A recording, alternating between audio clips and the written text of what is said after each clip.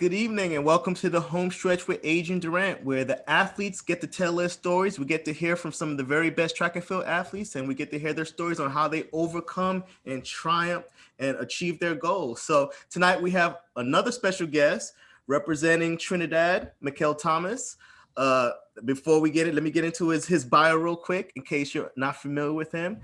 Mikel represented Trinidad and Tobago in 3 Olympic Games and 5 World Championships. He's a 7-time national champion and a national record holder in the 110 hurdles with a time of 13:17. So really, really fast.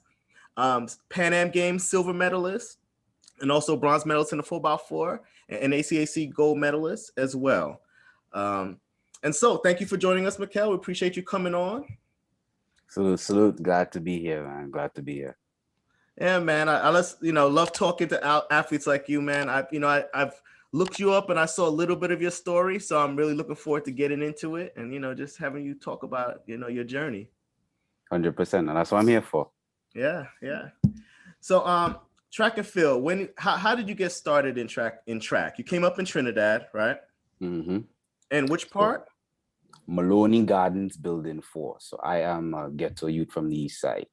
So Okay. I come far from the building to now dual degrees from around the globe, but I just want to let Maloney know it's more than possible. So running for me was just an escape. We used to run all the time in the concrete, barefoot, normal, save your shoes, do your thing. But it wasn't until my family immigrated to New York where I actually started to compete in the sport. So big up Brooklyn, Canarsie, Flatbush one time for them too.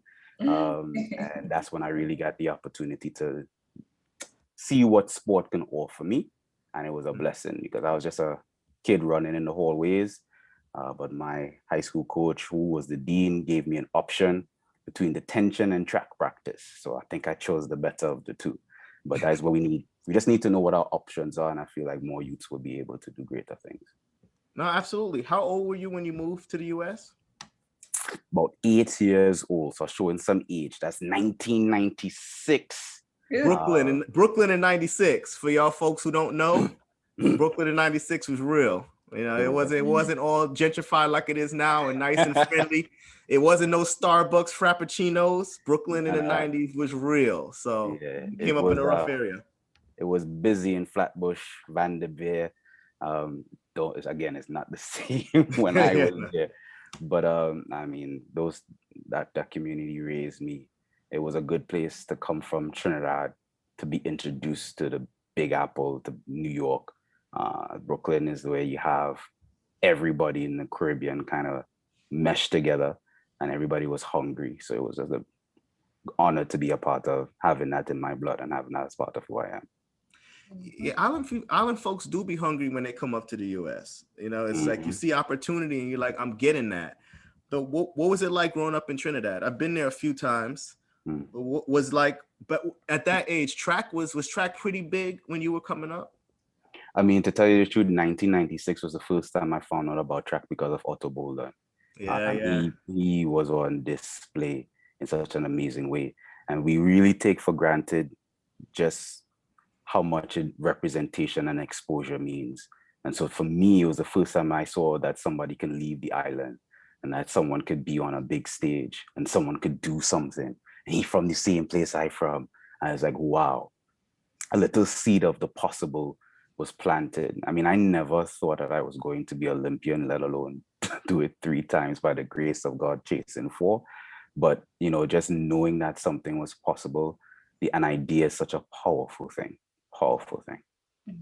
Yeah, folks who, and I don't want to generalize, man. I feel like folks who don't come up tough have a hard time understanding that how something as little as just seeing a person do something is enough to motivate like a whole, just tons of kids. Like, you don't know how many kids are looking at you and like, I want to be like him.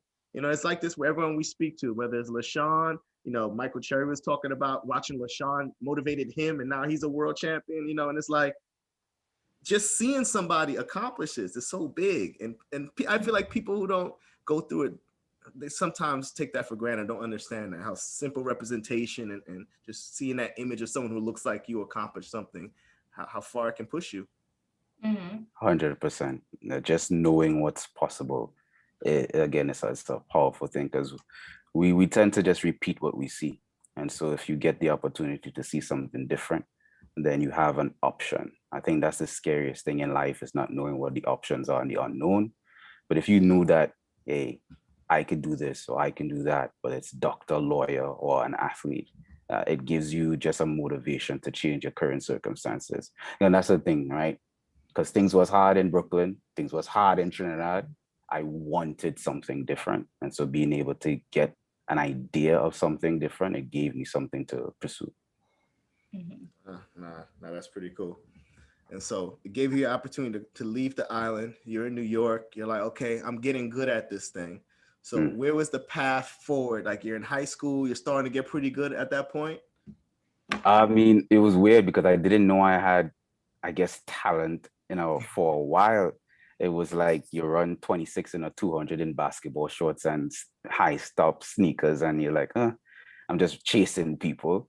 I wouldn't say I felt like I had talent, because another thing is I get all that amazing things you said. It still shocks me, the things that I've been able to accomplish, honestly, by the grace of God, because I'm a 5'8" and a 6-foot dominated event of the short hurdles. I didn't hurdle in high school. You're 5'8". So, yeah, man, respect. No, both of you guys are like running competition. No, we didn't. Yeah, no. Listen, don't worry. Yeah, we the same height, so I'm with you, brother. But yeah, man, in the highs though, that is even more impressive. 13-1 at 5'8". That's impressive. So that wasn't, you already understand. Nobody was going to recruit me in those short hurdles. Because they usually say what, 5'10". People usually like 5'10". 5'10" is the sweet spot. 5'10", 5'11". That's like your Alan Johnson, your Colin Jackson. Yeah. That's your sweet spot. But again, I only picked up the 4 hurdles first to just kind of diversify myself to be more attractive to colleges. I was just a 2'4" guy, 48, 22 in high school in New York. It just was, it is. I guess the cold didn't like my blood or whatever the case is. So I was just like, let's just add an event in my senior year to just make yourself more stock, raise my stock, as I call it. Again, that's another conversation when it comes to specialization, but I believe in diversifying and just building a skill set. And it was honestly because I had such a strong base as a quarter miler for most of my career. Stepping down to the 110s was a gift. So when we did the 4 hurdles, I ran like 53 the first time I ever did that same season. And so it was like, okay, you have something, and that kind of opened up a door. But the idea of being a short hurdles was because, honestly, bad mind, because somebody told me you can't do it. And I have been told what I could not do for so long that enough was enough. And so I studied, I learned, I watched YouTube. That's why I'm naming the people that came before me, and I became such a student of the sport. And for like 2 years, I knew that I could short hurdle, but I didn't tell nobody, because it was for me to discover what I was capable of doing, not necessarily for the gratification of anybody else. And then when the time presented itself, I had first went to Maryland Eastern Shore, and then I transferred to the University of Kentucky, where I graduated. And the first year I did the hurdles, and my sophomore year in college, I was actually taken out of the event because my coach thought I was going to kill myself or somebody else. But I kept pursuing. I kept being stubborn or relentless, depends on how you flip the coin. But I kept at it. And then the first time I ever ran a race at 42 outdoors, I ran 14-1. And that would have qualified me. Yeah, that would have qualified me to like regionals and all that stuff. And then he was like, you need to come back and do this event. And I went to Trinidad to do that at our trials, made my first senior team, all kind of thing, big. Then I come back, the next year was 2008, it was the Olympic Games, and I became an Olympian in the event, the first year focusing on it. So I can't write this story but God, so we have a plan. But it sounds like a lot of these things, these decisions you made on your own. The first thing that you said was you diversified yourself as an athlete by adding the event. Did someone tell you to do that, or was that just something that you thought that was beneficial, would be beneficial for you? I think it was both. I think definitely the teacher prepares himself when the student is ready. And so I knew I wanted to get out to New York. I love New York, Brooklyn, I love you bad. but it wasn't the place that I felt was most conducive for me to grow as an individual. I really wanted to experience something else. And once I realized, the whole journey was a progression, right? So once I realized, yo, I could get a scholarship, I could get out of this, I could leave these projects, I can go somewhere else. And then I went to East New York Transit Tech during the late 20s, early 2000s. Like, it was a big school for track in New York City. And so we were going places that I've never been. California, North Carolina for nationals. Like, I was getting a taste of another world. Again, that exposure element that we were talking about. So I realized that there was more than New York City. I realized I didn't have to live under and on top of somebody. I realized the color of the air smells different. Like, just the little things was just different. So I was like, I have to go outside. I want to experience more. And then that, because of the desire, the conversation presented itself. You talk to your knowledge-based coach. What do I have to do? And you submit to that process. And he's like, well, here's where we stand, and here's what you can do. Again, an option. And so I pursued the additional option. And it was like, okay, if I'm 48 in high school, I'm not like a stud. But if I could back that up with another event, then maybe I can, add a little bit more stock to that. So that's how it just continued to grow. That was smart. Yeah. I wish I could tell kids that now. Well, you still can. Because it just sounds like you had a pedigree of knowledge from a young age, and it's just seeing like the hustle of other people around you. So this is something that you can share, because no story is ever, stupid or anything. Someone is always there. Then someone can always be touched by something that you have to say. 100%. Well, I'll give, again, that's the credit to Brooklyn. If you want to know how to hustle, New York City is going to teach you how to do that. And because I just was always a student of everything, I've been very fortunate to just always be inquisitive and try to find out why. I'm very analytical and process based. So I ask a lot of questions, and I was very fortunate that I was in a nurturing environment to where those questions were encouraged and fed with a process. So that's what allowed me the ability to, okay, like, I know the pathway, and I'm glad to share as much as possible and allow another person to kind of create something greater. So the whole purpose of my life is hopefully to lay down an idea or a pathway for someone to come and do greater and better things. That's the whole, what I believe is my mission. What a couple key elements there, right? Like, because the whole purpose of this is to hear the stories and to understand what you did, so that other people can find their own pathway to success, and whether that's in a career or sport or academic, whatever success that they're trying to accomplish, it's their goal. And so trying to pretty much, I want them to understand how they can go about accomplishing that goal or pursuing it so that you can accomplish that goal. And you said a couple key things, man, that you did. Number one, as a hurdle coach, teaching yourself to hurdle is extremely impressive, especially that late, and especially you not being 6 feet. So it's a lot going against you there, and it's like, to teach yourself to hurdle and then say you could hurdle for 2 years and no one knew, that's a lot of commitment. And you didn't get any praise for it because no one saw you doing it, or maybe it was just one person, your mom maybe, or somebody who was behind you, but people weren't seeing you do it, and you did it anyway as an investment in yourself. So you were already preparing for the future at that point. So these are all the things that you need to do.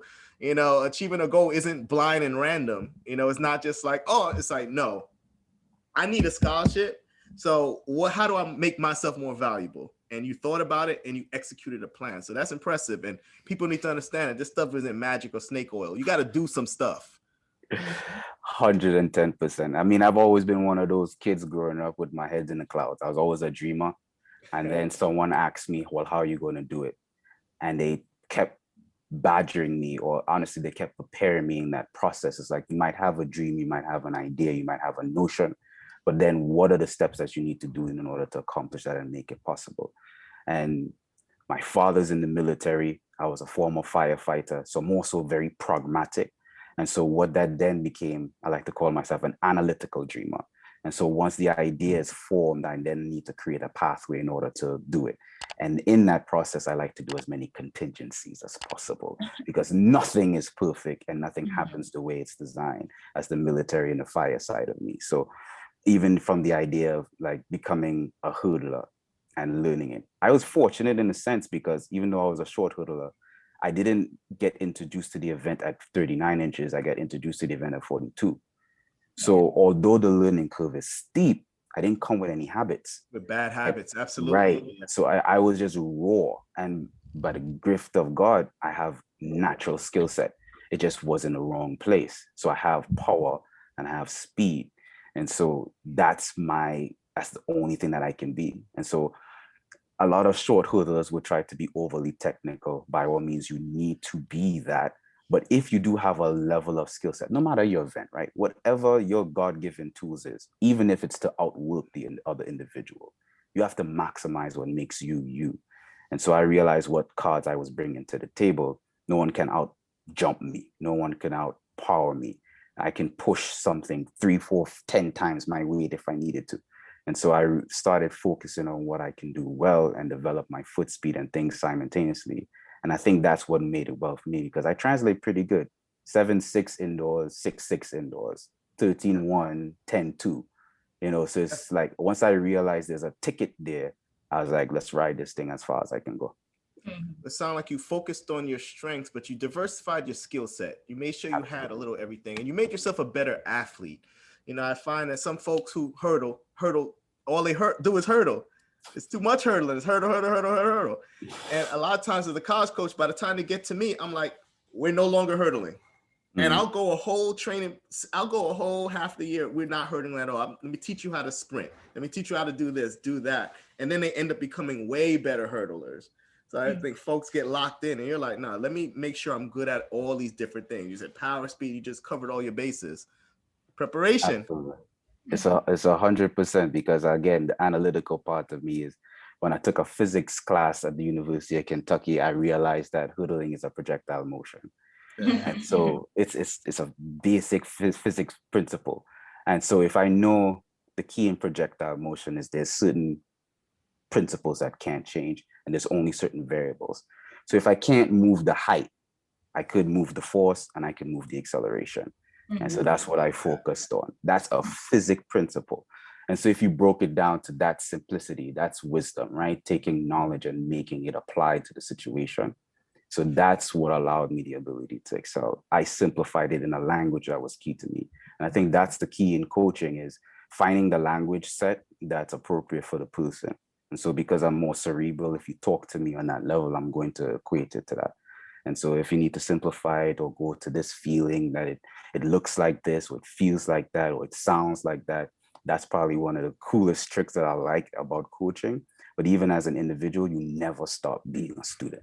This is for the coach, the athlete, the agent, or whatever. There's always another way. There's always another method. We don't necessarily need to reinvent the wheel, but you could polish it. So we can go on and on about that. I know the nerd in you is definitely coming I love out. it.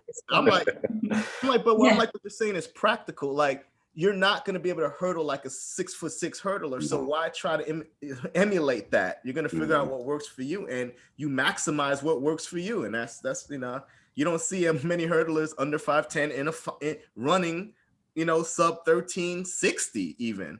Yeah. You know, I mean, you don't see that. So on NCAA, you just definitely don't see it. You know, there's one kid right now who's doing his thing at LSU. I'm pretty excited. It'll be like one or two, one exceptional person, but for the most part, you know, it's you know. So I'm like, man, that takes a lot. But to me, that's just, again, part of it. It's the part of being successful that people don't know happens, you know, like this is the homework. This is the background that exists in everybody who's won anything, who's done. They may not do it like you do it. Their process may not be like your process, but from speaking to everyone who's been successful in our sport, they have a process and they're working all these things out. And so it's like, translate this to everything else. You know, this is the type of commitment, dedication, preparation, and strategic thinking that you need.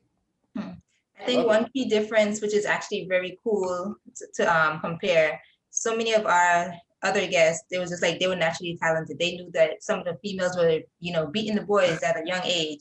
And some of the guys were just like, I knew I had something. And it just took somebody to tell me, like, no, you're actually good at this. But you actually were very analytical. You learned to be more talented. And I think that there's a thing that coaches say, like everybody on a certain level is talented, but then it just something else that takes you over it. And then, you know, that mental usually takes you over it. But for you, that analytical side of you took you to the next level. It made you the kind of athlete that you are, because it's not so much about mental, like, you know, I didn't prepare myself mentally. You don't hear yourself say, you don't hear you saying that. You're like, no, I studied my sport. I learned how to power out for myself. I learned that my power is more important. I learned how to, you know, the trajectory of where I should be landing. And that took me over the edge. So that's very interesting to really hear, because so it's really different. Like everybody's path is not the same. And yeah, you could like, you know, drill in the mental and stuff like that. But no, you also have to be a student of the sport. And then that can also take you to the next level. So it's really cool to hear that side from you. 100%. I have by far met athletes that were way more talented than me. Like from high school to now, I just have the goods, the raw goods, but don't know what to do with it. And I remember I had a conversation with Ronaldo Nehemiah actually at once, and he challenged me to figure out what went right and what went wrong in a lot of hurdle races. And if you don't have any feedback to give your coach, then you don't have the ability to actually get better. And so a lot of people are so afraid of, like, I take real licks in this sport. I took my L's, you know, and because of that, I always took something away from it. And so that's why they always say there's more that you gain from a loss than a win, because I have real notes. I have a lot of notes. And so the beauty of that is not only am I able to 3 Olympics, that's a longevity thing. That's 12 years of ups and downs, being stuck in the matrix of the sport, which is another thing I just outlasted because I realized, let's be honest, track is not going to pay me. Let's find a way to diversify. You'll see principles. I'm a man of principles. So God has used the sport to teach me a lot of things about myself, him, and just things that will allow me to be successful in life. And I've just continued to apply that. So where, yeah, I can give people notes from my losses and my victories of how you can write your own story or create something different or do it, you know, or even how to repeat this success. You know, like you said, a lot of athletes, it sucks, unfortunately. They don't know how they got there. And that's another problem where some become coaches and they don't know what to actually say or do, because I know for a fact, because I have had the honor of guiding other athletes, what worked for me is not going to necessarily be the magic key to unlock for somebody else. I know my body type, I know my nature, I know my learning type. And so because I've answered those questions for myself, I ask those same questions for some other people. Some are more finesse, some are long, some are lanky, some don't have the muscle density, some have a different neurological system firing. Like there's different things that are involved in that. And because I've had to ask those questions, I'm more now prepared to help another person in that process of answering this as well. At least I hope. Yeah. No, you do. You do. You brought up the diversification, and that was something I was going to tie in later as we got into more of your journey and your longevity, because you brought up learning how to diversify yourself early to get into college, and now as a professional athlete, and you know, juggling trying to have a lifestyle and live a certain lifestyle while, you know, chasing this dream. You're able to diversify yourself and also build a successful career outside of track and field. So you use those same principles. So do you want to talk about like how you saw, why did you see a need to do that? In the same way the losses teach you a lot, some of the truths in track and field, unfortunately, kick a lot of people out the sport. So I made the Olympics in 2008. So you think you come back to the NCAA and everything is going to be a breeze. I get hurt my senior year. And so whatever I thought was going to happen disappeared. And so we already don't have a set professional line in the sport, let's call that out as it is. What does it mean to be professional? Is it when you get paid? Is it because you have an agent? Does it mean when you have a sneaker contract? We still have some gray area. I like to call it the matrix. You enter the matrix. If you don't get a contract out of college, you're in your matrix. You're in this weird gray space where you're capable of coming into the Diamond League, but at the same sense, if you don't finish in the top 6, you can't eat when you get back home. Like it's a real place where a lot of people can't survive in that. And so they get out and they do other things. The first time I ran 13-1 and wasn't offered a sneaker contract, I realized this game wasn't set, because the Caribbean islands are paired up with the USA in the same market when we don't have the same buying power. And so it's an amazing thing that just puts us in a different place. The fact that we have non-disclosure agreements within our shoe contracts, which prevents us from actually setting a minimum wage. Because if someone in Jamaica runs 10 flat, which is apparently nothing anymore, and someone in America runs 10 flat, and let's just say someone, I don't know, in the UK runs the same time, those are 3 different contract values. And that is an issue within our sport. Like there's no fair bargaining play. There's no metrics. There's no marketing. It's calling it out as it is, right? It depends on who's your coach, who's the agent, where you're from, how old are you? And the next metric will probably be your social media capital. And so you're seeing that. And so once I realized this thing wasn't stacked, I'd been to the Diamond League, ran a top 5 time, having wins, and I can't eat. Brother, this don't make sense. And this man from some country I can't pronounce has this decked out gear and all this stuff, and this doesn't make sense. So that was luckily around the time when social media was starting to rise. And the idea of just capturing and sharing your journey was something that was very attractive. And my following, my social equity started going. And then the marketer in me started to rise. Well, I've been very fortunate to be able to have media exposure and understanding the importance of the variable of how the media sits between the public and the stories of the athletes. And so I made some good friends. I became a good orator. I can tell a good story. So let me connect your company with this audience, with my voice. And I fill the gap. You find a need and you present a solution. And so although I may not have been the medalist, I had enough to eat, and it was enough to fuel the passion. And so it kept me going, but I realized that I could not depend on just the sport. Although I love it, its current position isn't in a place to where the 95% of the rest of us live. So I like that you are bringing that out and saying the 95% of us, because I think that, you know, a part of this podcast is just to only bring out the real stories behind the medalists, but also showing the real things about track and field, because there's 3 people on the stands, there's 8 people in the final. Oh. But there are over 100 people actually, you know, competing and qualifying for these games or anything like that. So it's like everyone else has a story as well. It's not only those 3 or 8 people that you see on TV on prime time. 100%. I wish we did a better job of, we're trying to do that. More people are understanding the power of it. But I wish the powers that be did a better job of, honestly, one, telling the stories of those that do have the attention. Because let's be honest, if the top eats better, then that trickles down a little bit better. But in the same sense, there are so many beautiful stories of human triumph, which is the whole thing that the Olympics capture, that we're missing out on. How many mothers, how many women have been empowered just by Allyson Felix deciding to fight? And how many women are on the podiums that has been on the podiums that have been dropped from their contract, that have never had their story told? You know, like, this isn't anything new, but I'm glad that some of these things are kind of coming to the forefront. But you know, there's people who are teachers. Substitute teaching is probably one of the go-tos as when you're stuck in the matrix. There's so many educators that are out there. There's so many entrepreneurs that had to figure it out.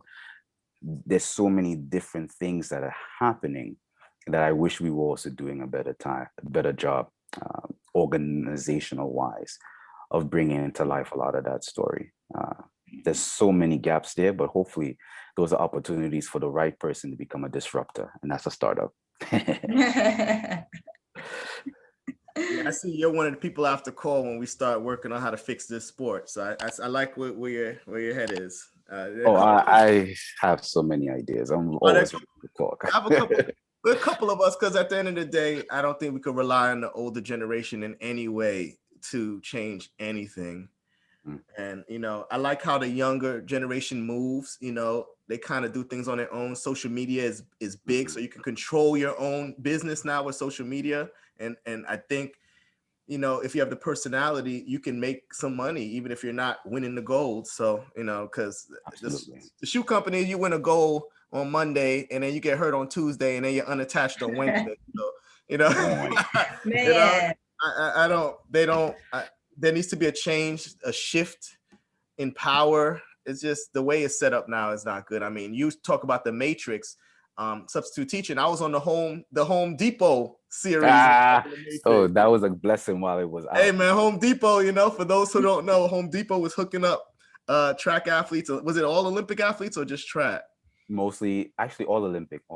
If you were Olympian and you needed a job, you could work at Home Depot. And if you needed to go to compete, you could leave and compete and still come back and still have your job, which was great for Home Depot. But it's sad to know how many professional, I'm doing the air quotes for the iTunes folks, professional athletes I have to lug paint the big old paint buckets at Home Depot all day and then go to practice. And I'm trying to, run for money. I'm trying to go to a meet this weekend and I'm working at Home Depot lugging paint Monday through Thursday. So it's like, come on, man. How do you, if you don't win NCAA, it's like Mike Cherry, we interviewed him. He's like, he went to overseas with like $10 in his pocket. Yeah, I heard that story. That was wild. Like, come on. I've been there too.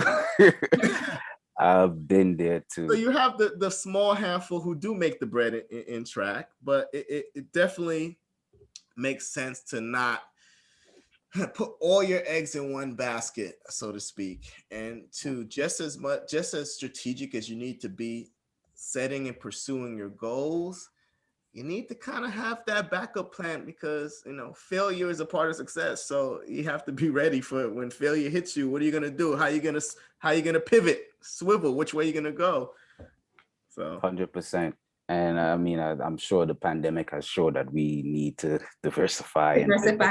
That's the key word tonight. Keyword is diversification. I'm all about it. Hey, but even like that, you shared so many things that it could be simple. Like that Home Depot program was brilliant. And it helped support so many medals. I would love the metrics on what actually were produced from that program. But it's a simple thing of just using the already existing connections and sponsorship opportunities. Like I'm a proud member of the Visa Paralympic Business Development Program.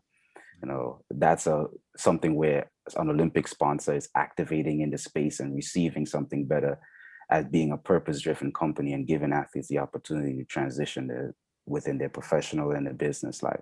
And so there's so many opportunities that exist that if a federation was to activate more within their space of their already existing relationships, why can't Nike have a program like that? Why can't NBC have a program like that? Why can't that exist? These are already USATF sponsors, but same thing in Trinidad. Why can't Puma have that? Why can't Sagicor have that? Why can't the oil companies or the government have that? Have that something in place where you guys are already spending money anyway amongst each other.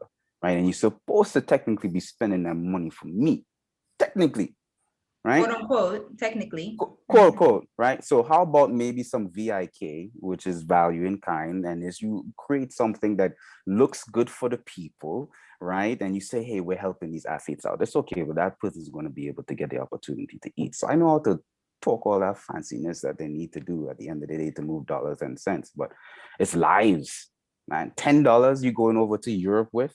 You don't know what's going to happen. I had a buddy who went to compete overseas and he didn't have any place to sleep. He found a mattress somewhere and he was riding around. It was like at some country with a bike and a mattress.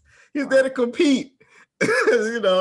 Just saying. And yeah. When you're in that unattached phase, man, that's that money isn't coming in. You're hoping to win. Yeah.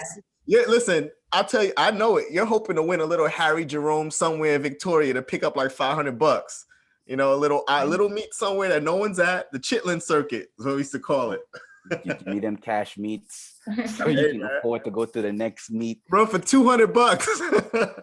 And you're just going from round and round and waiting till the lane open up, till your name get called, and you can get a little bit of change that takes about 6 months to come in. But hey. Well, I have a problem.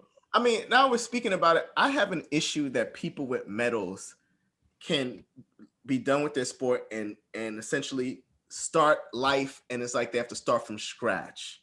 Almost like people who have showed the most dedication, the most discipline, who made it through college and are the most athletic, and it's just they're amazing in all these ways. And it's like, hey, go medal, woo! Now it's like, all right, now you're done. I hope you get a job somewhere. With no job experience other than being a professional athlete for 15 years, which is sad because there is transferable. You know, the transferable skills, absolutely. If you learn any specific job, you'll be really good at it with how you move. And it's like, it's unfortunate that this happens to some amazing athletes. You know, they have to start from scratch. Well, whose fault is that? Is that the sport's fault or is that your fault? Because yes, you're learning all these transferable skills, but for it to truly be transferable, you have to be able to apply it to other aspects. So that's for me as an athlete to know that, okay, I am great at time management. I'm great at working under pressure, adhering to deadlines, etc. But that's also for me to portray that to a company and say, like, this is what I've done in my sport. I've reached the highest level in my sport. So that shows that I'm dedicated to anything or any goal that's in front of me. And this is how I can be a benefit to your company. So is that the sport's fault or is that the athlete's fault? No, I agree that, and most of these folks do go on to be successful in other areas. So they have that in them. I just feel like it shouldn't be as difficult as it is because they've accomplished something that's so amazing. I feel like they should, at least the process should be facilitated for them in some part for what they've done. So Nike, if you run for them for years and now you're done, I feel like it shouldn't just be like, well, all the best. Yes, you should have the ability to market yourself based off of the things that you've accomplished. But I mean, come on, man. Does Nike have no responsibility to take care of these people in any way? They already didn't make much money in the first place. But should they take care of them financially? Because don't even have to give them money. Provide an opportunity. Yeah. Okay. So then, that you have a huge company, a huge multinational company. Give someone a job. It doesn't have to be a high level job. Give them a job with the ability to progress in some way. Just give them there's options. It's a huge company. I mean, I think if they gave thought to it, they could figure it out. I would hope. Yeah. They could. Somebody has to present it to them though. But it's our fault. It's our fault because when you look at the documentary of the gold medalists, you just see them doing one thing. You don't see them having to try to figure something out. Occasionally, you'll find one or two people who have a passion purpose, like Jackie Joyner-Kersee, who knew from a long time that she wanted to go back into her community and create a center. And she used her platform to be the foundation to build that center. Love that story. But we also see things like Maurice Green struggled for a while when he left the sport, was bankrupt at one point and was on reality shows at another, and then finally found where he is. You know, not everybody's going to get the ticket to be a broadcaster. Like, not everybody needs to be a broadcaster. Not everybody needs to be a coach. But it's like the problem in a lot of professional sports, because I've had this conversation and I love it, is that we don't always know and we don't always get to choose when it ends. And especially if you're living in this matrix, it's like you just give up a lot of the time. So even if you're at the top and something happens, like your career could be over. And then all of a sudden you're now forced to try to pivot and figure out what else I'm supposed to do, but you never had those conversations along the way. I never had a plan B. My whole plan was to be successful. No matter what it is that I was calling to do, I'm going to be successful and I got to eat. That was the plan, period. So because of that, I had to figure out at all times, I got to make sure I eat. And what I'm doing, I got to make sure I'm being successful. And so it's hard when, yeah, you've had this laser focus, but actually you hit it to the nail. We have a plethora, I like to say it like this. We have so many soft skills that make hard impacts. We have the ability to work in diverse communities. We have the ability to work under pressure. Like you said, we know about hard work, commitment. We have all the tools as a beautiful seed that if we're implanted within your organization, we can become a great, fruitful success. I've run this script so many times, you understand, in working with athlete transitionary programs. The problem that I have seen, it's easier to have the same conversation with the organizations because they get it. It looks good. You get a little bit of a marketing piece. You can get publicity out of it. It helps with your recruiting. It's an HR benefit, your diversity and inclusion, because most sports have minority candidates. So they're checking boxes. So they're ready to sign the check. It's the athletes, however, where I'm saying it's that is on my off time, I want to play FIFA, or I want to play a game. I want to rock back. I want to do this. Well, okay, if that's what you want to do, then put it on Twitch so you can get some money and you can start becoming and say, hey, I'm gonna be a content creator. Here's how I've been able to learn some marketing skills and this is what I can do. So then no one is having that conversation because the top athletes don't have to. And those are the stories that we're telling. By the grace of God, I pray somebody makes it out of the matrix, that we can have these type of conversations to say, like, I had to work 6 jobs to be here. I had to become a marketer. I had to learn how to make moving off of social media. I had to become a speaker. I had to learn how to use that one Olympic Games that I made it to and be able to charge someone $5,000 for a 30-minute conversation. That is more than you're going to make. I'm sorry, but it's like more than what you're going to make on the track. I can get the purpose of the podcast, man. I can talk right now. And if you don't know this, Olympians out there, Paralympians as well, you can garner more from an hour talk if you have mastered your message and your vocal ability. That it's a lot harder than it is, but you have to at least master your message and your ability to dictate that towards people and find a way to adapt it to various crowds, not just people who look like you, but people who can pay, and then allow them to 1 hour talk can be $5, $10, $25,000, which is way more than you can make from, let's just say, the ATL meet. I'm so grateful for it. But to run like Ronnie, you gotta work for that. You understand? It's you to get that $5,000, like those were dogs in that fight. And so that's just another way on top of that to just do something different, dog. We gotta do something different. We're spitting real facts. You can speaker fees. If you go ahead, man, as an athlete, you're a public figure. If you leverage your personality and your social media presence the right way, you can easily find speaking engagements, do some for free. You become a member, you record them. You can actually join a speaking bureau, and you could charge a $15,000 speaking fee for a 45-minute to an hour speech. And you're a subject matter expert. You're Olympian, you're a national champion, you're NCAA All-American, you're NCAA champion, you're an Olympic champion. Yes, people should hear you. You can speak about what it takes. And so you're right. Well, that's the purpose of this, man. If they haven't heard it before, they're hearing it now from Mikel Thomas. They're hearing it. No excuse.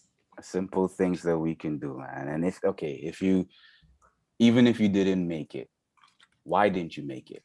That's a story people want to know. Right. So if speaking is one of those things, that's fine. You love being outdoors. Actually, we've talked about this. The fitness, the health industry is huge. You can take the little set of skills that you have and you can market to soccer moms in this country and they will pay you whatever you want to spend 30 minutes with Johnny. They will pay it to you. You went to a major institution. You're an All-American. You're a national. You just went to the Olympic trials. I have seen people do this. Just going as a participant and your respected Olympic trials, you can start a running group with people at 6 a.m. and 5 p.m. and you will make at least $500 an hour. Just do a little bit of work. Okay, you don't want to do that, then like, brother, I can't help you. Yeah, if you want to do something with your skill set, like even if you like to play game, put that thing on Twitch. build a community, build a digital community. You like content creation, good. You know how much bread you can make making content for yourself, other people, and organizations? Like whatever it is that you're willing to do, educate yourself. And like Adrian said, become proficient to be that subject matter skill, and people will pay you for it. Yeah. People are It's making also money. recognizing those skills too, though. That's the thing. That's the key. Start recognizing the skills, especially if you're in college. Do not be in a rush to go pro. Take advantage of 4 years of safety. Hear me out, because once you get out of here, these things will eat you alive. All right. But in that time, exposure, figure out what it is that you want to do. Figure out that what it is that you can do. Have conversations with people who look and don't look like you. Seek a mentor. Seek a mentor of something that you want to do. Seek a mentor to help you develop personally. Seek a mentor with the financial capabilities in which you're aspiring to be. Like, connect with people. That's how you expand. They always say you judge a person's network by their network. That's why I went all the way to Switzerland, because a little ghetto youth like me from Trinidad could only do X. So I need to know how they do it in Europe. That's why I went to these places. Like, I expanded my network to change something, because I think that's the beauty again when you come from hard times. You have something that's like, I've been here, I've been in the hole, I've been on rock bottom, I know what it looks, smells, tastes like, and there's no way in hell you're gonna put me back. And so that fire that lit underneath you when you've seen and you've experienced certain things really drives you to want something better and different for yourself. And so now the charge I'm employed for myself, and for those of us that have a little bit of wisdom, take a little notes or 2 cents along the way, we got to give it back. And this is a beautiful platform to try to do that. And speaking of rock bottom, I read a little bit of your story, and it's saying when you got your first international medal in 2015, your mom was there to hand you the flag. Am I messing that up? Your mom was there to hand you the flag, and it said you were crying. Absolutely. And that's based off of I'm assuming your rock bottom experience. Mm-hmm. So tell us a little bit about that. So you know that whole story about man going to Europe with $10? I remember I was on my way to the Commonwealth Games in 2014, and I got evicted on the way to the airport. Like, I have nothing to come back to. And in 2014, trying to go to Commonwealth, even though I was in good shape, it was a complete disaster.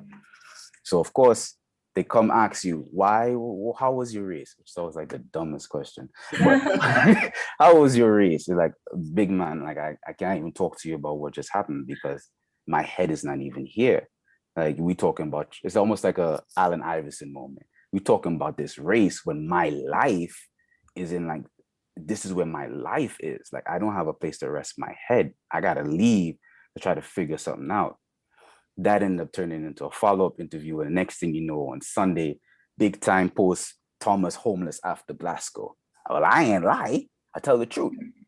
What was happening at the time was small countries' woes is we were blessed to be one of the few countries with a funding system.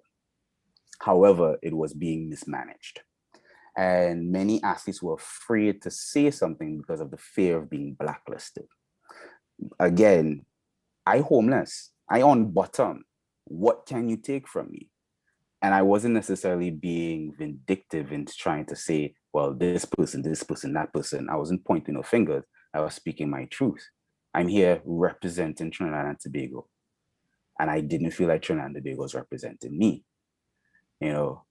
As much as I love America and being place of opportunities, rent is due in 1st and 15. You understand? And so it's like, they want their money. And so you're sending me on this mission to raise the flag. Or are you really allowing me the opportunity to do so? I come out with saying my truth. And again, it's freeing from every movement that we've seen. When one person is willing to take that vulnerability, next thing you know, it's like 15, 20 other people like, bro, why didn't you say anything? And so then we galvanized, we unified, which is another key part of this whole journey. And we figured out a way to at least have the conversation to bring it to the public. Turned out to be a big scandal. This minister of that doing this and putting this in there. And I was just speaking the truth and wanting what we were doing well, because we have a funding system to work more proficiently. And so we were able to get some changes to the structure and things were moving in a better place. But when you're talking about bottom on 14, like I could have chose to end again. And as I say, it's hard in the matrix because some people won't pick up that. They will like, they can't continue. But if I ended in 14, I would not have medaled in 15. Yeah. And because it was literally that year of a turnover, I couldn't even perform at Commonwealth. And now I'm running David Oliver to the finish line at a champion. And that's another thing, yeah. There's nothing like performing when it counts at a championship where you can't question, oh, it was at some low-key meet in Florida. Move out my face with that. It was on TV and live. And so even in the video, you see this raw and rush of a moment of emotion, because one, I fell in the final because they had a rerun, never reran a final before. But I fell, and so I thought that if I finished this real final, then maybe I would get a round of applause. I had nothing to lose. So I ran free in a sense.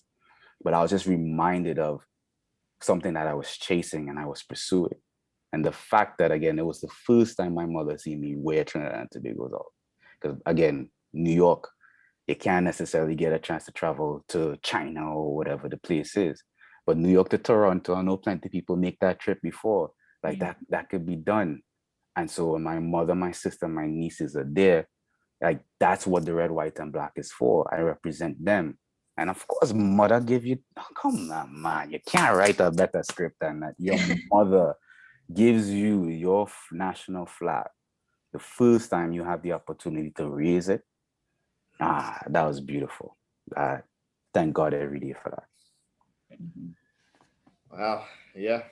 Just gave me chills. I know. That's what we do it for. Yeah, but that's the reality of the sport, and that's unfortunately that's too many people's stories. Yeah. That we do. So it's applaud you for just speaking your truth and taking the time to speak your truth. I know we've talked to Priscilla, and she does a good job of diversifying herself outside of track, but she also speaks her truth. She'll tell you, like, I couldn't make this meet because the only money I have is to do X, Y, and Z.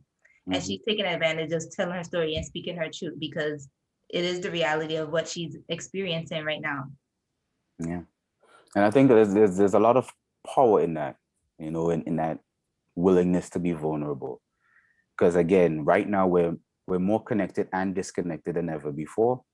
And so everything you're seeing, especially on social media, is highlights. So if you take a moment to actually say like mental health for me has been a big thing since the pandemic. And I have a therapist that I see. I take time to meditate. Like I had to become an advocate for this, because if I didn't take my mental health, and we're seeing it from Naomi in the tennis world, like it is serious out there. And we it's a different world and space. But when you share your level of vulnerability, look how people can again collectively come together and be like, you know what, I have questions about that too, or I've been experiencing this, and then you can actually start receiving the help you need. And so the same thing needs to happen in the sport to a capacity. Like, bro, I'm not eating. Well, you ain't eating either, and we're not eating. So how can we start eating together? Like what it is that we can potentially do to share a plate or build a plate or find a new pot. Like creating these things. If we divide and conquer, if we think that this is all just a bunch of singularities that are happening, then we're just going to be doomed to repeat it. Like a lot of us are in the same boat, and we just need to start sharing these oars and moving in the same direction. Otherwise we're just spinning. Yeah. That's an excellent point. So now that you're heading to your fourth Olympic Games, or you're in your fourth cycle, what is different this time for Mikel? And like, what is your mental space now? That's a good question, because I wanted to quit so many times. When did you want to quit? Last year. 2020 was tough because I've been trying to make a transition out of this sport since 2016. Right. So for me in 2016, maybe it's the West Indian in me, but like, even though we were doing professional sports, like I've made an Olympic Games and my mother asked me, when am I getting a job? Like, you know, in other countries, it's not that same type of conversation, but like, I've always had to be a dual athlete. And so, but in the same sense, I love the sport so much, but I can't rest my identity in it, because the same sense, Trinidad loves me. I love Trinidad bad, but we real fickle. Most sport countries are. I went, you know how it is. You can get a call on Monday. I got you a lane in Shanghai. What? You on a plane on Wednesday, right? You reach there Friday, you're running Saturday, and you get fourth. The newspaper says Thomas fails at fourth. Now, how did I fail? Yeah. Like, do you understand the extenuating circumstance? Like, even like in Nope. real life, even the kids that are rushing to go pro, running on a college circuit where you fly in a maximum of 4 hours is nothing compared to getting off a plane 8 hours and having to run that same day or the next day. It's a totally different life. And when the sport love you 1 minute and they hate you the next one, and he's too short for this, but also I'll be so proud of you. And I could not, if it wasn't for God, I could not, you know, I had to define myself in something else. And so because I had that conflict and identity crisis early enough in my career, like I did not want to just be Mikel Thomas, the athlete. I was like, I had to find out who else I was. And so first and foremost, in Christ and the Lord, or who I am as an individual and who I am as a man, I also just happen to be an Olympian. I also happen to be a businessman. I also happen to be an orator. I also happen to be an educator. I also happen to be an advocate. If you put me in a situation where I get the opportunity to do all of those, you are going to get the best version of me. I look for opportunities that brings out the characteristic and the principles of myself that allows me to be my truest version of it. I've had to ask those questions. So I'm not looking for a marketing job. I'm looking for an opportunity to tell a story. I'm not looking for a business development position. I'm looking for an opportunity to create relationships. And these are the skills that I've developed through sport. And so that's what allowed me the opportunity to articulate that to somebody to where they're willing to pay me for it. I've had to find out these situations because of hard times. And it's tough because I can't say like, oh, hard times is, I need you to have hard times to understand. Like, take the notes if you can. Like, brother, take the notes. I don't want you to be homeless. I don't want you to have to fight corruption. I don't want you to have to deal with government and media. But find out who else you are. Like, at a purest, like if you take track and field away from me, I good. So to go back to your original question, like 16, I was trying to ride out the sport. 17 was hard. Injuries still made the world team. I decided to ask myself, what else do I want to do? And so I took some time away, listened to the small voice, and something said, you know, I always wanted to be a firefighter, just an inner child in me. So I did that. I pursued that curiosity, that what if, loved it, served in Clayton County in Atlanta, in the metro area there, risked my life, danced with fire, battled death, brought people back from the grave. Yes. I have seen things that I honestly can't remember because I'm sure I have some post-traumatic distress disorder, but in the same sense, I've also caught a baby at 3 o'clock in the morning.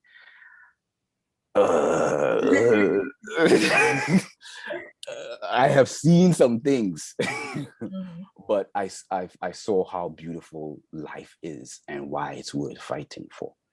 And in the same sense, I'll be honest with you, I was chasing for stability because this sport like hurt me bad. And so firefighting was the most stable thing that I ever thought I could do. But in the same sense, again, I think God gives you problems and he gives you uneasy things because you're supposed to be part of the solution. Don't have all of the answer, but I knew firefighting wasn't where it was for me. Like it wasn't the true destination, but God kept me in it. And I say, yeah, God gave me so much favor in that journey because I knew I passed for the FDNY. If I had went to New York, I'd probably still be a firefighter. So even the role, the position, the department, like everything was supposed to be like God writes a beautiful story.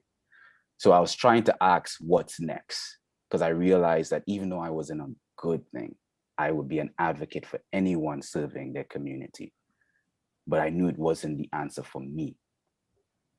I had to master where I was in order to find out where was next. And I kept having this battling sensation in my heart, this conflict. Like, why is this happening? Why they keep doing that? You know, they should do that. And then it's almost like in my spirit, it was like, well, you should be the answer. You find out. And I was like, well, what's the gap? And I was like, I don't have the connections, man. I don't have the education. I don't know how to do it. So it's like, well, I have to go back to school. So it's like, yeah, my prayers, right? This is my prayers, me and God talking over a series of months. And it's like, well, if I'm going back to school, I made a dare to God. I'm going to apply to the #1 school in the world. And if I don't get in, it's not for me. Don't play with God, eh? So I ended up getting into the International Academy of Sports Science and Technology in Switzerland, in Lausanne, Switzerland.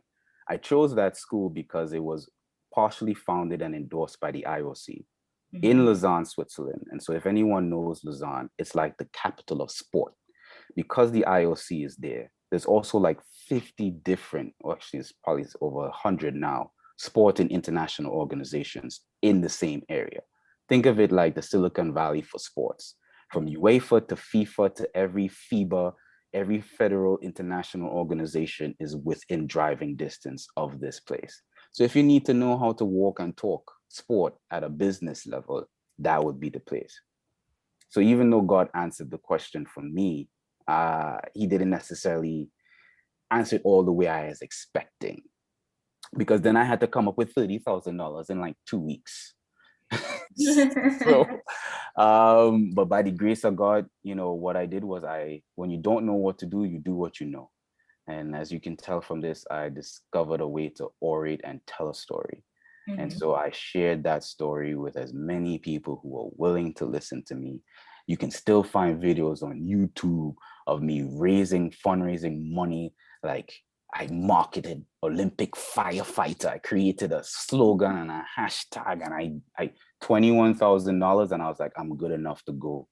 And it was enough for me to step out on faith. So sometimes when God answers the question, you ask him for a tree, or you ask him for a chair, and he'll give you a tree. And so he gave me everything that I needed to answer the prayer of paying for that. And I can say right now, I am debt free from my master's. I'm still paying for my bachelor's, Yeah.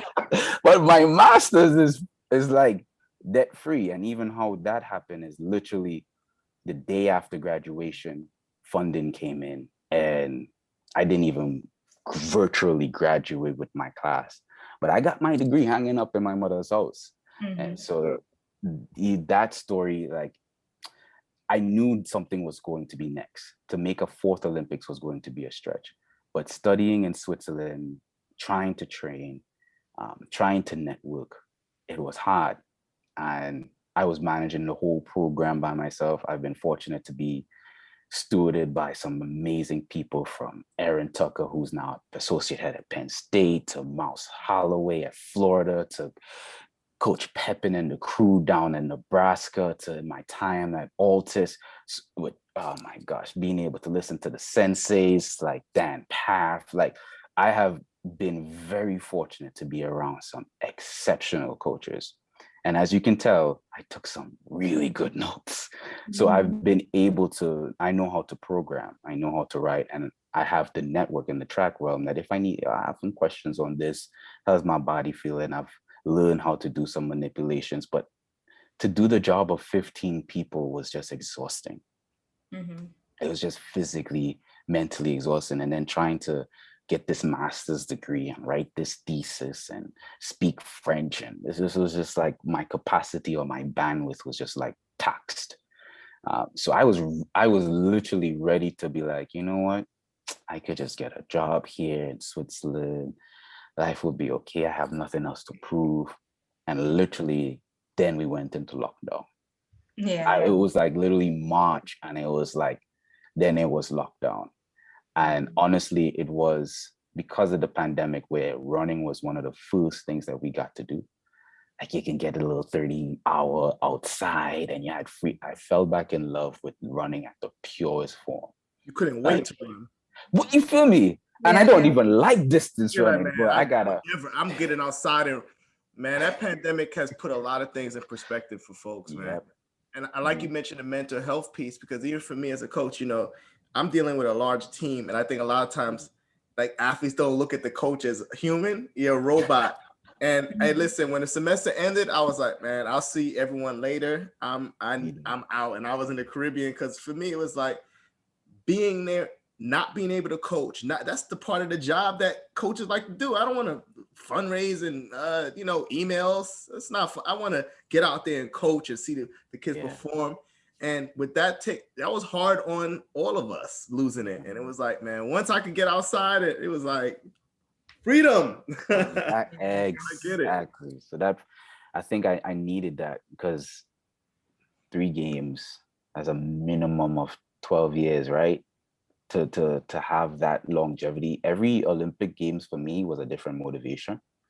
And this point in my career, it's more about what I can give back to the sport than anything. So from being a member of, the World Athletes Association, to helping in clean sport endeavors, from my time in Switzerland working with the International Testing Agency, to helping athletes with Airbnb experiences because of the IOC Airbnb partnerships, and sitting on their executive experience council and helping athletes create funding opportunities through that.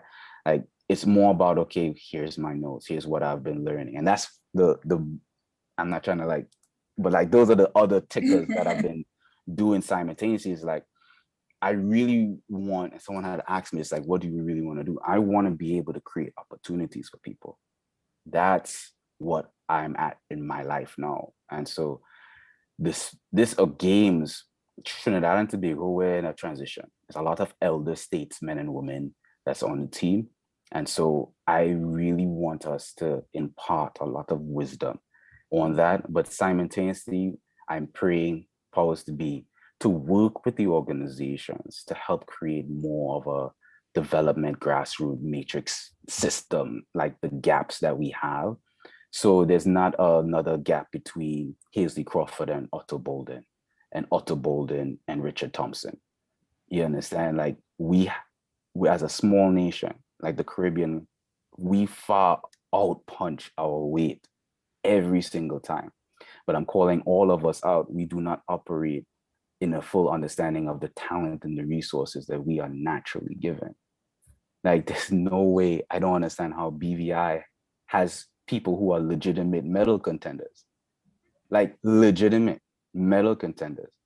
Puerto Rico, legitimate medal contenders. Guadeloupe and Martinique keeps losing their people to France.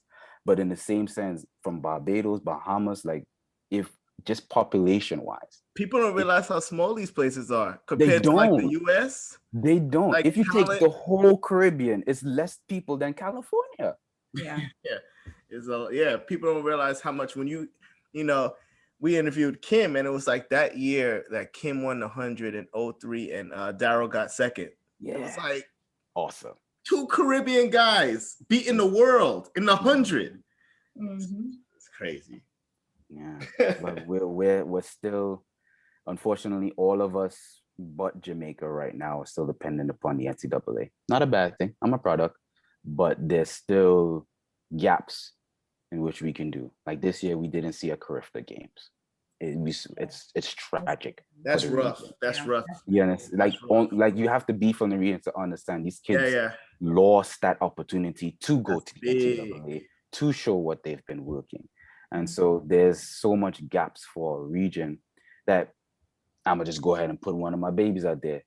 The ATL circuit has been a great thing for us to share what we can do in America. Why isn't there a circuit in the Caribbean? The most productive and successful world relays was Bahamas. Always was and always will be. The Caribbean is the only guaranteed best weather place that you can be in the months between April and May. Why don't we have a circuit there, especially during that time?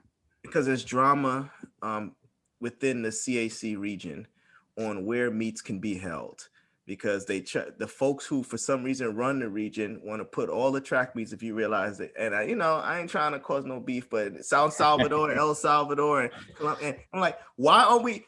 I remember CACs in Grenada, great meat. I'm like, why are we running meets in these Caribbean countries where it goes a long way? Like these people, when there's a track meet, they're celebrating, like it's big. And yeah, so I think politics, to answer your question.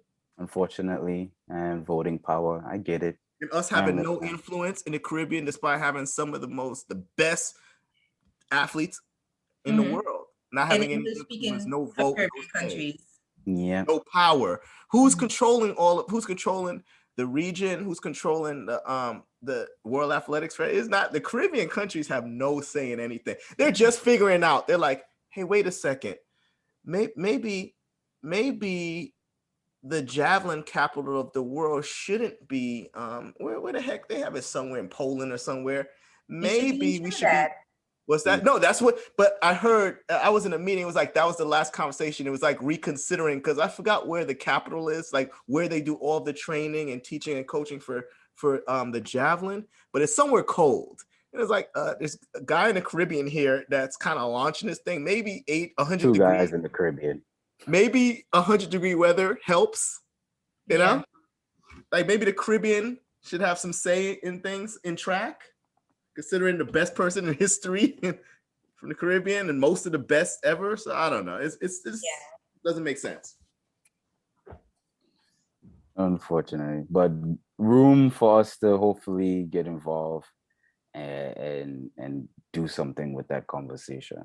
But because one thing, if you guys are gonna keep saying it, and you guys are all noticing these little things and inequities, but it's also you guys have to put some action behind of it as well.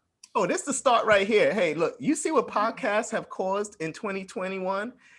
It starts right here. This thing gonna go viral, and someone's gonna be like, "Yeah, why don't we do all this?"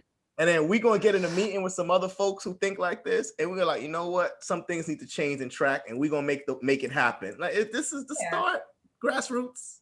Yeah, you gotta plant the seeds. Yeah, I don't listen to. Listen, I learned every conversation with all of you, and I'm like, I get hyped. Like Chelsea Hammond, we got to get her medal. We have to get her medal that they haven't sent her yet. Like I'm coming out of all of these, like, man, we have action items. Yeah, like stuff. I don't want this to just be talking. Like we hear what the problems are. Who's gonna fix it? Has to be us. Yeah, we have to provide the solution. I'll run my mouth. I'm a college head coach and I'm a national team coach, with the VI Federation, and I work with the Spanish Federation, and I have a kid who's going to make the Lithuanian team. So I'm tied in. So I'll be as loud as I need to be. We need the opportunities to get fully synced. You got me hyped, man. So many things. Good, because there's so many things that are like out of link. Like if I was to, you have to. I'm gonna be reserved. I'm gonna play. Be reserved. Why? Oh, he froze up. I don't know. I'm back now. We got you back. Be reserved. Why? We don't got no employer for this podcast. Shoot. Yeah. We don't get no money from YouTube. We can say what you want. You can say whatever you like. As long as you don't get me fired from Cornell, we good. We won't do that. But one thing that if I had the ability to help the sport right now is I wish there really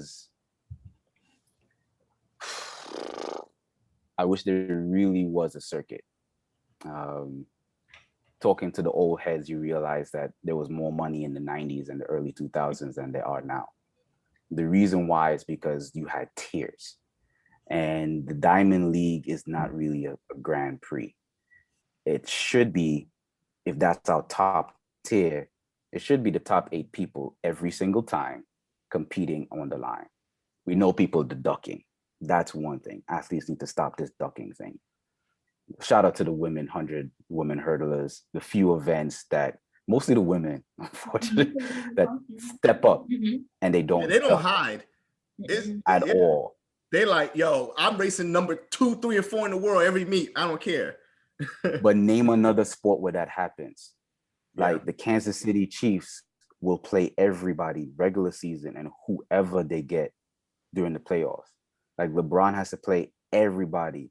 Like Venus has to play everybody, anybody. Serena has to do the same. Like at Formula F1, the black guy from GB, he has to race the top drivers every single time, and he has 10 wins in a row. Like Tiger Woods was playing everybody every time. It builds the story when you know every time that I go to this event, it's going to be top tier. So stop ducking, create a real circuit, create levels of circuit. They're trying to do the Continental Tour, they're trying to do the Gold Tour, they're trying to, well, put a standard on it. Jamaica set a good example where they created their own circuit in home, but actually creating performance bonuses for the events. You run 10-4, you get X amount of money. Beautiful. Do that on the other circuits and actually put the top 8, not just because my agent names so-and-so and you have a lane filler that I get to come in there with a season's best of 10-4. Like, that's not fair. That's not equitable. Agents should not be the ones creating track meets. Yeah, that's another thing. Not fair. So it's like there's so many different things, but it's like if the highest level of where we're supposed to display the sport isn't fully functional at its capabilities, like Carl Lewis raced Linford Christie for $1 million and flew over on a Concorde. Yeah, it's dope. There's no track meet that you can get $500,000 at, $250,000 at. Without the Bolt era, he was the only one garnering that. There's nothing you can do. You can come to a track meet now and break the world record. You're not getting a quarter. No, like yeah. we $25,000 or something. Like what? We have fallen off. Yeah, and I like the idea of a Caribbean circuit. I think you got to take it out of the federation's hands because their priority and their incentive is to have a national championship, not to really facilitate anything else. No. I like Alian from Guyana. For those who don't know, Alian Pompey. Yes, shout out to Pompey. She's doing a lot of work, and she has her own meet there. And I think if the individual countries, if folks, I may have to make a meet in the VI. You may have to. We may have to have individual meets in different country, Ashley, BVI. And then because I know Alian works with the airlines to get folks to Guyana. So it's all of that coordination can be done. I think it has to be taken out of the federation hands. It has to be private folks who just, track athletes who want to get this done. And have the abilities to create those relationships because there's a lot of your own meets. Yeah. That's a great idea, actually. I like it. See, I told you we're gonna talk, man. There's some stuff that could be done. I have a buddy who is a pretty good meet director. He set up some really good meets in the past. He's always working behind the scenes. The meets are very successful. It's not impossible. So I like it. Action items. Yeah. Oh yeah. Yeah, to work on. Yeah. Hey man, I definitely appreciate you coming on. I want one last piece of advice for folks out there who are we're trying to achieve greatness or pursuing a dream or, they have a goal or whatever it is. They want something and they really don't know how to go about pursuing it. Or maybe they've run into an obstacle or road bump, some difficulties, and they just don't know how to get through it. What piece of advice do you have, having overcome hitting rock bottom, and coming back and representing your country with pride and winning a medal? What piece of advice could you just leave for them? That's a really good question because I think I'm still constantly learning, right? What I can always offer though is a perspective on what I've experienced thus far. If it's for you, please receive. The alignment with yourself first will always produce the alignment with the external. And so if you don't have peace internally, which is a hard thing to get, you'll never be able to manifest anything externally. Is the idea when they tell you if you have to believe for yourself before anybody else does. So anything that you want to see outside, externally, happening for you, first has to happen within you. You have to come in agreement with yourself, even if that looks in the form of the discipline and commitment. That has to happen with you first. So whatever it is that you're trying to achieve, and the first step of truly manifesting anything is getting out of the idea that woe is me. Life is not fair. This game is not stacked for you to succeed. That is just facts. Now that you know what it is, what are you going to do about it? That's the first step. And so I'm choosing that regardless of being 5'8", being a Black man in America, being whatever you want to say that's against me, here's what I can bring to the table. And here's what I'm going to do. I believe that I am, which is the most powerful 2 words in the world. And so you fill in the rest from there, and the world will be ready to agree with you. Whether you think you can or you can't, you're absolutely right. Wow, thank you. That was excellent. Mikel Thomas, national record holder, Trinidad and Tobago, Olympian. Thank you for joining us. It's great. Much love, guys. Mikel, have a good night. We're gonna talk. We're gonna talk. Let's do it. Caribbean to the world. One love. All right, thank you, man. Thanks for joining us. Have a good one. No doubt.